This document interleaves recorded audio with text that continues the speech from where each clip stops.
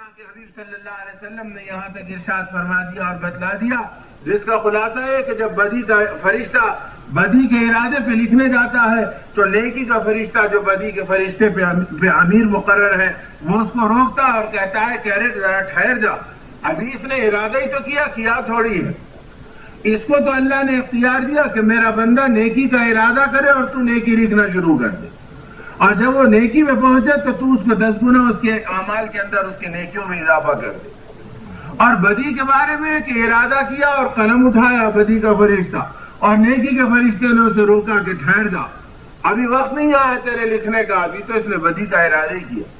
یہاں تک کہ جو بدی کی طرف قدم بڑھاتا ہے، برائی کی طرف وہ آگے بڑھتا ہے، پھر وہ فرشتہ لکھنا چاہتا ہے تو پھر نیکی کا فرشتہ اسے روکتا ہے اور کہتا ہے ٹھہر جا، ابھی اس نے برائی نہیں کی، برائی کی طرف قدم ہی تو اٹھایا ہے، ہو سکتا ہے کہ اللہ اس سے دل پلٹ دے اور یہ رک جائے۔ یہاں تک کہ وہ برائی کر لیتا ہے، پھر یہ فرشتہ لکھنا چاہتا ہے، پھر نیکی کا فرشتہ اسے روکتا ہے اور کہتا ہے ذرا ٹھہر تو جا، یہ ایمان والا ہے، شاید اس میں ندامت آئے اور یہ توبہ کر لے تو تجھے لکھنے کی ضرورت نہیں، اللہ اسے معاف کروا دے۔ اور اس کے بعد بھی اگر یہ ڈھٹائی پر آ جاتا ہے اور اپنی اس برائی پر آ جاتا ہے تو اس وقت اسے اجازت ملتی ہے کہ ایک برائی کے بدلے میں ایک ہی برائی لکھ، تجھے 10 برائی لکھنے کا حق نہیں پہنچتا۔ تو میرے بھائیوں اور میرے بزرگوں، ایسے کریم پروردگار کو بھی اگر یہ انسان نہیں پہچانا تو اس سے بڑھ کر ہماری بدقسمتی کیا ہوگی، جو ہماری آخرت پہ بھی رحم کھا رہے ہیں، جو ہماری دنیا پر بھی رحم کھا رہا ہو، ایسے پروردگار کو اگر ہم نے نہیں پہچانا تو اور کس کو پہچانا۔ 4 سال کا بچہ اگر اپنے باپ کی انگلی پکڑ کے چلتا ہے تو اس کا انداز دیکھیے کہ وہ کبھی بھاگتے ہوئے سڑک پہ چلے جائے گا، کبھی دوڑتے ہو کسی کو کونے کے اندر اچھل جائے گا، باپ چیخ رہا ہے کہ بیٹا اگر گر جائے گا، مار لگ جائے گا، مجمع زیادہ ہے کہیں ٹھوکر لگ جائے گی، لیکن ایک جوش اور ایک ولولہ ہے کہ باپ میرے ساتھ ہے، تو یہ کونے سے وہ کونا بھاگ رہا ہے، وہ کونے سے باہر کو نکل جا رہا ہے، اور تھوڑی دیر کے لیے باپ نگاہوں سے اوجھل ہو جائے تو چہرہ سارے کا سارا کھنچ گیا، آنکھوں سے آنسو ٹپکنے لگے، ہچکیاں چہرے پہ نظر آنے لگ گئی۔ اب لوگ پوچھ رہے ہیں کہ بیٹے کیا بات ہے، تو کہہ رہے ہیں کہ ابا نظر نہیں آتے۔ اچھا ہمارے گود میں بیٹھ جاؤ، ابا تو تمہاری شرارتوں کو دیکھتے تو مارتے، وہ غصے میں آتے، وہ تمہیں سزا دیتے، ہم تو گود میں بٹھا رہے ہیں، لیکن بچہ ہے وہ 4 سال کا کہ بیٹا ہے کہ ابا نظر نہیں آتے۔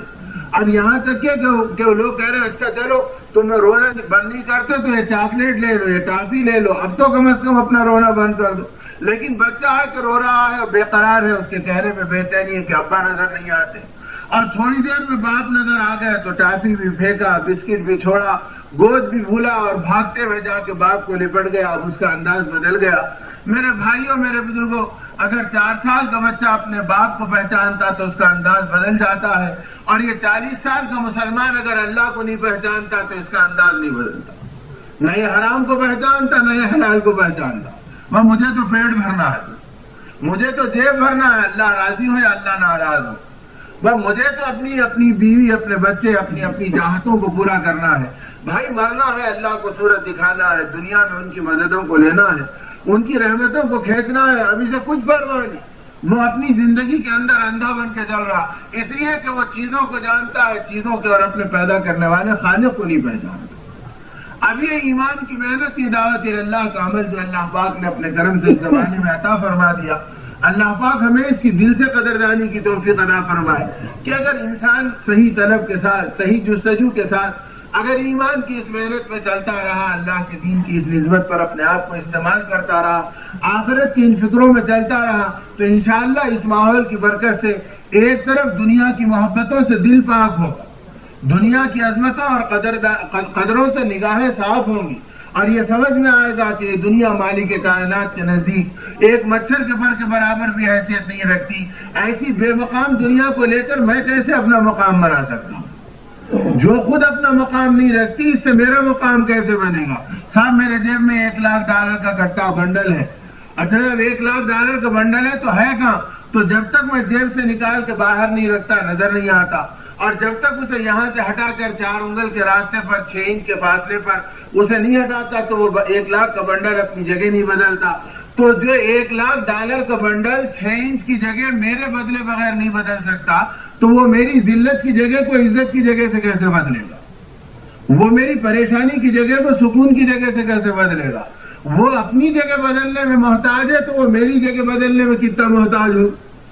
اس لیے ان چیزوں میں اللہ کے لاڈلے رسول صلی اللہ علیہ وسلم نے کبھی اپنی امت کا چمکنا اور پرکھنا نہیں دکھلایا، بلکہ آپ نے ایک ہی محنت بتلائی کہ دل کا یقین آدمی کا صحیح ہو جائے، ایک اللہ کی ذات عالی کی عظمت دل میں آ جائے، نفع و نقصان، کامیابی و ناکامی، عزت و ذلت اور سکون و بے چینی، پستی و بلندی، جتنی چیزیں اس دنیا میں بننے اور بگڑنے کی ہے، ان کا تعلق براہ راست ایک اکیلے اللہ کی ذات سے ہے۔ اگر اللہ ساتھ ہو اور اللہ موافق کے بجائے مخالف ہوگا تو زندگی ناکام ہو جائے گی۔ زندگی کی کامیابی کی بنیاد اللہ کو اپنا بنانا ہے، اور زندگی کی ناکامی کا سبب اللہ سے اپنے آپ کو بیگانہ بنانا ہے۔ اگر اللہ سے تعلق ٹوٹا تو پھر یہ زندگی کسی کوڑی کے کام کی۔ اس زندگی کی قیمت محض اللہ کی ذات عالی کے تعلق کی بنیاد پر ہے۔ اور تعلق کی بنیاد کیا؟ حضرت جابر رضی اللہ تعالیٰ عنہ نے جب رسول اللہ صلی اللہ علیہ وسلم سے اس بات کو دریافت فرمایا، اے اللہ کے حبیب صلی اللہ علیہ وسلم، یہ تو بتلائیے کہ اگر کوئی آدمی کبھی یوں چاہے کہ مجھے اس بات کا پتہ چل جائے کہ میرے اللہ کے پاس کیا مقام ہے، تو ایسی بھی کوئی تدبیر ہے اور ایسا بھی کوئی راستہ ہے جس سے انسان کو یہ پتہ چل جائے کہ اللہ کے پاس میرا کیا مقام ہے؟ اللہ کے حبیب صلی اللہ علیہ وسلم نے اس کے جواب میں عجیب بات ارشاد فرمائی، فرمایا جابر تم اکیلے نہیں، قیامت تک آنے والا جو انسان جب چاہے جہاں چاہے اگر وہ یہ معلوم کرنا چاہے کہ اللہ کے پاس اس کا کیا مقام ہے تو وہی معلوم کر سکتا ہے کہ اللہ کے پاس اس کا کیا مقام ہے۔ صحابہ فرماتے ہیں ہماری بانسیں کھل گئی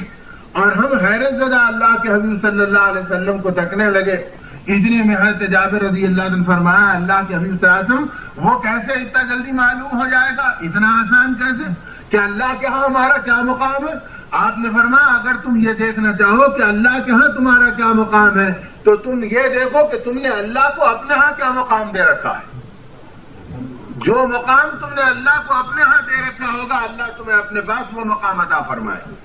اب آدمی دیکھے کہ اولاد کو میں نے کیا مقام دیا اور اللہ کو میں نے کیا مقام دیا۔ اگر میرے بچے کو بخار آ جائے، اسے کھانسی آ جائے،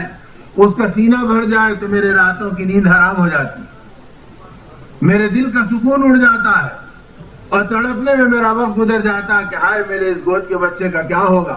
اور اس کی بے چینی دور کیسے ہوگی۔ تو بچے کے درد و کرب کے اندر تو راتوں کی نیند حرام ہوئی، لیکن اپنی آخرت سے رحم کھا کر اپنے مولا کو راضی کرنے کے لیے کتنے راتوں کی نیند اڑی۔ تو پتا چلے گا کہ اولاد کو ہم نے کیا مقام دیا اور اللہ کو ہم نے کیا مقام دیا، دکان کو ہم نے کیا مقام دیا اور ایمان کو ہم نے کیا مقام دیا۔ کہ صاحب یہ اگر 8 بجے نہیں کھلے گی تو صاحب ہمارا گاہک متاثر ہو جائے گا، ہمارا کسٹمر چلے جائے گا، ہمارا بزنس متاثر ہو جائے گا۔ نتیجہ کیا کہ بچے آ کے پیروں میں لپٹ رہے ہیں تو اپنی بیوی سے کہہ رہے ہیں کہ انہیں بسکٹ دے کے بلا لے، انہیں چاکلیٹ دے کے بلا لے، انہیں کھلونا دے کے بلا لے۔ روتے ہوئے بچوں کو چھوڑ کر اپنی دکان پہ 8 بجے پہنچنا آسان ہے، لیکن ایسا کتنا ہمارا ایمان مضبوط ہے کہ رات کے اندھیرے میں اور دن کے اجالے کے وقت الصلاۃ خیر من النوم کی آواز پہ اپنے بستر کو چھوڑ کر خدا کے سامنے آسان ہے۔ تو پتا چلے گا کہ اللہ کو ہم نے کیا مقام دیا اور دکان کو ہم نے کیا مقام دیا۔ اب اسی اعتبار سے ہر بندہ اپنا احتساب آپ کر لے، کسی اور کے احتساب کی ضرورت نہیں۔ اسی لیے رسول اللہ صلی اللہ علیہ وسلم نے اپنی امت کو جو راستہ بدلا، اتہموا انفسکم، آپ نے اس بات کو ارشاد فرمایا اپنے نفس کو تہمت دیا کرو، اپنی ذات کو الزام دیا کرو۔ دوسروں کو الزام دینا تو آسان ہے، آپ ایسے آپ ایسے آپ ایسے آپ ایسے، لیکن اپنی ذات کو دیکھنا کہ میں کیسا، میرے اپنے اندر کا بگاڑ کیا ہے، میرے نفس کی شرارتیں کیا ہے۔ تو اصل احتساب تو یہ کہ آدمی خود غور کر کے دیکھے کہ بھائی ہمارا یقین کتنا بنا، ہمارے اپنے اعمال کتنے بنے، اللہ کے ساتھ ہمارا تعلق کتنا جڑا۔